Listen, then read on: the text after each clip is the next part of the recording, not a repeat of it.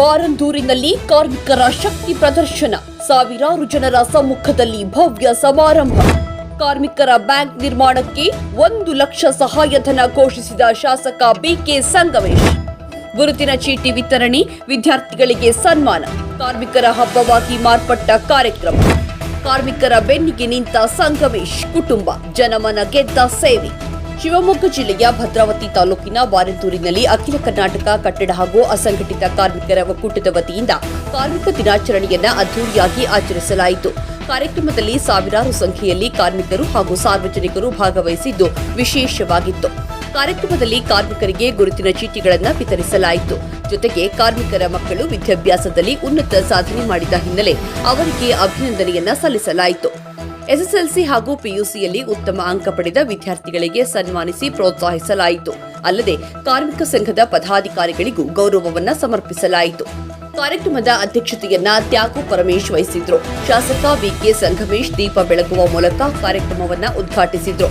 ಇದೇ ವೇಳೆ ಕಾರ್ಮಿಕರ ಬ್ಯಾಂಕ್ ನಿರ್ಮಾಣಕ್ಕಾಗಿ ಶಾಸಕರ ಕುಟುಂಬದ ವತಿಯಿಂದ 1 ಲಕ್ಷ ರೂಪಾಯಿ ಸಹಾಯಧನವನ್ನ ಘೋಷಿಸಲಾಯಿತು.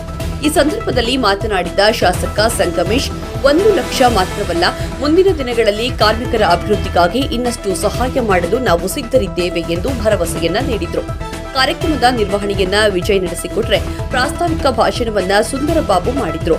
ಮುಖ್ಯ ಅತಿಥಿಗಳಾಗಿ ಜಿಲ್ಲಾ ಅಧ್ಯಕ್ಷ ಸಂಜಯ್ ಕೆ, ಜಿಲ್ಲಾ ಪಂಚಾಯತ್ ಸದಸ್ಯ ಕುಮಾರ್, ಕಾಂಗ್ರೆಸ್ ಮುಖಂಡ ಷಡಾಕ್ಷರಿ, ಆಶಾ ಕಾರ್ಯಕರ್ತ ಪ್ರತಿನಿಧಿಗಳು ಹಾಗೂ ಹಲವು ಗಣ್ಯರು ಭಾಗವಹಿಸಿದ್ರು. ಒಟ್ಟಾರೆಯಾಗಿ ಕಾರ್ಮಿಕರ ಒಗ್ಗಟ್ಟಿನ ಸಂದೇಶ ಸಾರಿದ ಈ ಕಾರ್ಯಕ್ರಮ ಯಶಸ್ವಿಯಾಗಿ ನೆರವೇರಿತು. ಕಾರ್ಯಕ್ರಮದ ಊಟದ ವ್ಯವಸ್ಥೆಯನ್ನ ಶಾಸಕ ಸಂಗಮೇಶ್ ಅವರ ಕುಟುಂಬ ಮಾಡಿಕೊಟ್ಟಿದ್ದು ವಿಶೇಷವಾಗಿತ್ತು. ಕಾರ್ಮಿಕರ ಮೇಲಿನ ತಮ್ಮ ಅಭಿಮಾನ ಹಾಗೂ ಬದ್ಧತೆಯನ್ನ ಶಾಸಕರ ಕುಟುಂಬ ಈ ಮೂಲಕ ಮತ್ತೊಮ್ಮೆ ತೋರಿಸಿಕೊಟ್ಟಿತು. ಕಾರ್ಮಿಕರು ಮತ್ತು ಅಸಂಘಟಿತ ನೇತೃತ್ವದಲ್ಲಿ ಇವತ್ತು ಕಾರ್ಮಿಕರ ದಿನಾಚರಣೆ ಮತ್ತು ID ಕಾರ್ಡ್ ಕೊಡೋ ಕಾರ್ಯಕ್ರಮವನ್ನು ಮಾಡಿದರು. ಭಾಳ ಚೆನ್ನಾಗಿ ಮಾಡಿದ್ರು. ಎಲ್ಲ ಒಗ್ಗಟ್ಟಾಗಿ ಎಲ್ಲ ಮುಖಂಡರುಗಳನ್ನ, ನಮ್ಮ ಕಾಂಗ್ರೆಸ್ ಪಕ್ಷದ ಮುಖಂಡರುಗಳನ್ನ, ಎಲ್ಲ ಕಾರ್ಮಿಕ ಪದಾಧಿಕಾರಿಗಳು ಮತ್ತು ಎಲ್ಲ ಸದಸ್ಯರು ಸೇರಿ ಇವತ್ತು ಕಾರ್ಯಕ್ರಮ ಮಾಡಿದ್ದಾರೆ. ಮುಂದೆ ಏನು ಮದುವೆದು ಇವತ್ತು ಆ ಮದುವೆ ಇದು ಪರಿಹಾರ ಸಹಾಯಧನ ಅಂತ ಏನು ಒತ್ತಾಯ ಮಾಡ್ತಾರೋ ಅದಕ್ಕೆ ಖಂಡಿತವಾಗಿ ಮಾತಾಡಿ ಕೊಡಿಸುವಂಥ ಪ್ರಯತ್ನ ಮಾಡ್ತೀವಿ. ಅದ್ರ ಜೊತೆಗೆ ಒಂದು ಸಹಕಾರ ಬ್ಯಾಂಕ್ ಮಾಡಬೇಕು ಅಂತ ನಾವು ಈಗಾಗಲೇ ಹೇಳಿದ್ದೀವಿ. ಸಹಕಾರ ಬ್ಯಾಂಕ್ ಆಗಿದ್ರೆ ಎಲ್ಲೂ ಬ್ಯಾಂಕ್ನಲ್ಲಿ ಹೋಗೋದೇ ಬೇಡ, ಇವ್ರ ಬ್ಯಾಂಕ್ನಲ್ಲೇ ಸಾಲವನ್ನು ತಗೊಳ್ಳಿಕ್ಕೆ ಅನುಕೂಲ ಆಗುತ್ತೆ. ಹಾಗಾಗಿ ಅದನ್ನು ಮಾಡಬೇಕು ಅಂತೇಳಿ ಮನವಿ ಮಾಡಿದ್ದೀನಿ, ಮಾಡ್ತೀನಿ ಅಂತ ಭರವಸೆ ಕೊಟ್ಟಿದ್ದಾರೆ. ಜೊತೆಗೆ ನಮ್ಮ ಕಾರ್ಮಿಕರು ಹೆಣ್ಮಕ್ಳೆಲ್ಲ ಕಾರ್ಡ್ ಮಾಡಿಸ್ಕೊಂಡು ಏನೋ ಡೆಲಿವರಿ ಆಗಿದ್ರೆ ಹೆರಿಗೆ ಬತ್ತಿ ಅಂತೇಳಿ ಅವ್ರಿಗೆ 50,000 ಕೊಡ್ತಾರೆ. ಎಣ್ಣೆ ಹುಟ್ಟಿಲ್ಲ, ಗಂಡೆ ಹುಟ್ಟಿಲ್ಲ, 2 ಮಕ್ಳಿಗೂ 50,000 ರೂಪಾಯಿ ಕೊಡ್ತಾರೆ. ಮತ್ತೆ ಹೆರಿಗೆ ಬತ್ತಿ ಅಂತೇಳಿ ವರ್ಷಕ್ಕೆ 4,000 ರೂಪಾಯಿ ದುಡ್ಡು ಕೊಡ್ತಾರೆ. ಅವರಿಗೆ ತಿಂಗಳಿಗೆ 3,000 ರೂಪಾಯಿ ಅಂತೇಳಿ 9,000 ರೂಪಾಯಿ ದುಡ್ಡು ಕೊಡ್ತಾರೆ. ಅದು ನಮ್ಮ ಹೆಚ್ಚಿನ ಸಂಖ್ಯೆ ಕಾರ್ಮಿಕರು ಹೆಣ್ಮಕ್ಳಿಗೆ ಹೇಳ್ತಾರೆ. ಅದ್ರ ಜೊತೆಗೆ ಕಾರ್ಮಿಕರು ನಮ್ಮ 60 ವರ್ಷ ಮೇಲ್ಪಟ್ಟ ಕಾರ್ಮಿಕರು ಯಾರಾದ್ರೂ ಲೇಬರ್ ಕಾರ್ಡ್ ಮಾಡ್ಸಿದ್ರೆ ಅವರಿಗೆ ಪಿಂಚಣಿ ಅಂತೇಳಿ ಬೇರೆ ಸರ್ಕಾರದ ಕೊಡ್ತಾರೆ. 60 ವರ್ಷ ಮೇಲ್ಪಟ್ಟವರಿಗೆ 800 ರೂಪಾಯಿ, 60 ವರ್ಷ ಮೇಲ್ಪಟ್ಟವರಿಗೆ 1,000 ರೂಪಾಯಿ ಕೊಡ್ತದೆ. ಆದ್ರೆ ನಮ್ಮ ಕಟ್ಟಡ ಕಾರ್ಮಿಕರಲ್ಲಿ ಲೇಬರ್ ಕಾರ್ಡ್ ಮಾಡ್ಸ್ಕೊಂಡವರಿಗೆ ಕನಿಷ್ಠ ಅವರಿಗೆ 3,000 ರೂಪಾಯಿ ಪಿಂಚಣಿ ಬರ್ತಾ ಇದೆ. ಇದನ್ನ ನಾವು ಎಲ್ಲರೂ ತಗೋಬೇಕು.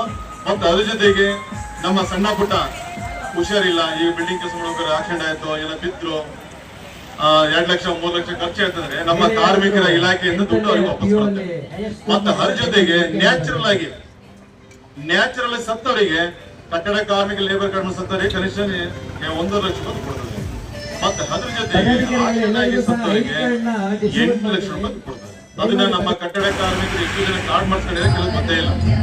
ಆಮೇಲೆ ನ್ಯಾಚುರಲ್ ಸತ್ತವರಿಗೆ ಗೊತ್ತಿಲ್ಲ. ಹಾಗಾಗಿ ನಾನು ಯಾಕೆ ಹೇಳ್ತಿದ್ರೆ, ನಮ್ಮ ಎಲ್ಲಾ ಪದಾಧಿಕಾರಿಗಳು ಇವತ್ತು ಏನ್ ನಮ್ಮ ಸಂಘದ ಪದಾಧಿಕಾರಿಗಳು ಇವತ್ತು ಏನೋ ಭದ್ರತೆ ಮಾಡಿದ್ರೆ ಅವರಿಗೆ ನನ್ನ ಜೋರಾಗಿ ಒಂದು ಚಪ್ಪಾಳೆ ಕೊಡ್ಲೇಬೇಕು. ಇಲಾಖೆಯಲ್ಲಿ ಇವತ್ತು ಸಚಿವರಾದಂತ ಸಂತೋಷ್ ಲಾಡ್ ಅವರು ಬಹಳ ಉತ್ತಮವಾದ ಕಾರ್ಯವನ್ನ ಇಡೀ ರಾಜ್ಯದಲ್ಲಿ ನಮ್ಮ ಪಕ್ಷದ ಪರವಾಗಿ ಸರ್ಕಾರದ ಕೆಲಸವನ್ನ ಬಹಳ ಉತ್ತಮವಾಗಿ ಇಲಾಖೆಯಲ್ಲಿ ಯಶಸ್ವಿಯಾಗಿ ಕಾರ್ಯವನ್ನು ನಿರ್ವಹಿಸ್ತಾ ಇದ್ದಾರೆ. ಯಾರೇ ಒಬ್ಬರು ಒಂದು ಇಲಾಖೆಯಲ್ಲಿ ಸರ್ಕಾರದ ಸವಲತ್ತನ್ನ ಜನರಿಗೆ ಮುಟ್ಟಿಸುವಂತ ಸಂದರ್ಭದಲ್ಲಿ ಬಡವರಿಗೆ, ದೀನದಲಿತರಿಗೆ, ಕೂಲಿ ಕಾರ್ಮಿಕರಿಗೆ ಅನ್ಯಾಯ ಆಗದ ರೀತಿಯಲ್ಲಿ ಸರ್ಕಾರದ ಸವಲತ್ತನ್ನ ಪ್ರಾಮಾಣಿಕತೆಯನ್ನು ತಲುಪಿಸಬೇಕು, ಆ ಜನರಿಗೆ ಸರ್ಕಾರದ ಸವಲತ್ತನ್ನು ಮುಟ್ಟಿಸಬೇಕು ಅಂತೇಳಿ ಎಲ್ಲ ಸರ್ಕಾರಿ ಅಧಿಕಾರಿಗಳಿಗೆ ಉನ್ನತವಾದ ಮಾರ್ಗದರ್ಶನ ಕೊಟ್ಟು ಇವತ್ತು ಪ್ರತಿಯೊಂದು ಸವಲತ್ತು ಯಾವುದೇ ಕಟ್ಟಡ ಕಾರ್ಮಿಕರಿಗೆ ಇವತ್ತು ಕೊರತೆ ಆಗದ ರೀತಿಯಲ್ಲಿ ಮುಟ್ಟಿಸುವಂತ ಕೆಲಸವನ್ನು ಮಾಡ್ತಾ ಇದ್ದಾರೆ. ಖಂಡಿತವಾಗ್ಲೂ ಇವತ್ತು 100 ಜನಕ್ಕೆ ಸೇರಿಸೋದು ಬಹಳ ಕಷ್ಟ ಇದೆ. ಅಂತದ್ರಲ್ಲಿ ಇವತ್ತು ಇಷ್ಟು ಜನ ಬಂದಿದ್ದಾರೆ ಅಂದ್ರೆ ನಿಮ್ಮೆಲ್ಲರ ಅಭಿಮಾನ ಪ್ರೀತಿಗೆ ಯಾವತ್ತೂ ಕೂಡ ಯಾವುದೇ ಕಾರ್ಯಕ್ರಮಗಳಲ್ಲಿ ಇಷ್ಟು ಜನ ಸೇರ್ಸಕ್ ಆಗೋದಿಲ್ಲ. ನೀವು ಬೇಕಾದ್ರೆ ಯಾವುದೇ ಸಂಘಟನೆಗಳಲ್ಲಿ ನೋಡಿ, ಪ್ರತಿ ಕಟ್ಟಡ ಕಾರ್ಮಿಕ ಸಂಘಟನೆಯಲ್ಲಿ ಮಾತ್ರ ಇಷ್ಟು ಜನ ಸೇರಕ್ ಸಾಧ್ಯ. ಅವ್ರು ಇಷ್ಟೊತ್ತಾದ್ರೂ ಕೂಡ ತಾಳ್ಮೆಯಿಂದ ಕೂತಿರೋದ್ರೆ ನಿಮ್ಮಲ್ಲಿ ಪ್ರೀತಿ ವಿಶ್ವಾಸ ಕೂತ್ಕೊಂಡಿರಿ. ಹಾಗಾಗಿ ತಮ್ಮೆಲ್ಲರೂ ಕೂಡ ವಿಶೇಷ ಅಭಿನಂದನೆ ಸಲ್ಲಿಸ್ತಾ, ಏನಿವತ್ತು ಕಾರ್ಮಿಕ ಸಂಘಟನೆಗಳ ವಿಚಾರಗಳನ್ನೆಲ್ಲ ಹೇಳಿದರೆ, ಈಗ ನಮ್ಮ ತಂದೆಯವರು ಕೂಡ ಹೇಳಿದ್ರು, ಅನೌನ್ಸ್ ಮಾಡಿದ್ರು, ಕಟ್ಟಡ ಕಾರ್ಮಿಕ ಸಂಘದವರು ಒಂದು ಕೋಆಪರೇಟಿವ್ ಬ್ಯಾಂಕ್ ಅನ್ನು ಮಾಡಿ ನಾಳೆನೇ 1 ಲಕ್ಷ ರೂಪಾಯಿ ಚೆಕ್ ಅನ್ನು ಕೊಡ್ತೀವಿ ಅಂತ ಹೇಳಿದ್ದಾರೆ. ಖಂಡಿತವಾಗ್ಲೂ ಅದನ್ನು ಕೂಡ ಪ್ರಾರಂಭ ಮಾಡಿ, ಬರೀ ದುಡ್ಡಿಗೋಸ್ಕರ ಅಂತ ನಿಮ್ಮಲ್ಲಿ ಒಂದು ಉತ್ಸಾಹ ಬರಲಿ ಅಂತೇಳಿ 1 ಲಕ್ಷ ಅಲ್ಲ, ಮುಂದೆ ಇನ್ನೂ ಕೂಡ ಸಹಕಾರವನ್ನು ಕೊಡ್ತೀವಿ. ಯಾಕಪ್ಪ ಅಂತ ಹೇಳಿದ್ರೆ ಅವು ನಿಮ್ಗೆ ಹುಮ್ಮಸ್ ಬರಲಿ ಅನ್ನೋ ವಿಚಾರಕ್ಕೆ ಶಾಸಕರು ಕರೆದು ಹೇಳಿದ್ದಾರೆ. ಅದನ್ನು ಕೂಡ ಖಂಡಿತವಾಗ್ಲೂ ಮುಂದಿನ ದಿನಗಳಲ್ಲಿ ಮಾಡಿ ಅಂತ ಹೇಳ್ತಾ, ಮುಂದಿನ ದಿನಗಳಲ್ಲಿ ಓದ್ಸಲಿ ಕಳೆದ ಬಾರಿ ಕಿಟ್ ಬಂದಿತ್ತು, ಕಿಟ್ಟನ್ನು ಕೂಡ ಶಾಸಕರು ಮಾತಾಡಿದ್ರು ಮಂತ್ರಿಗಳ ಹತ್ರ.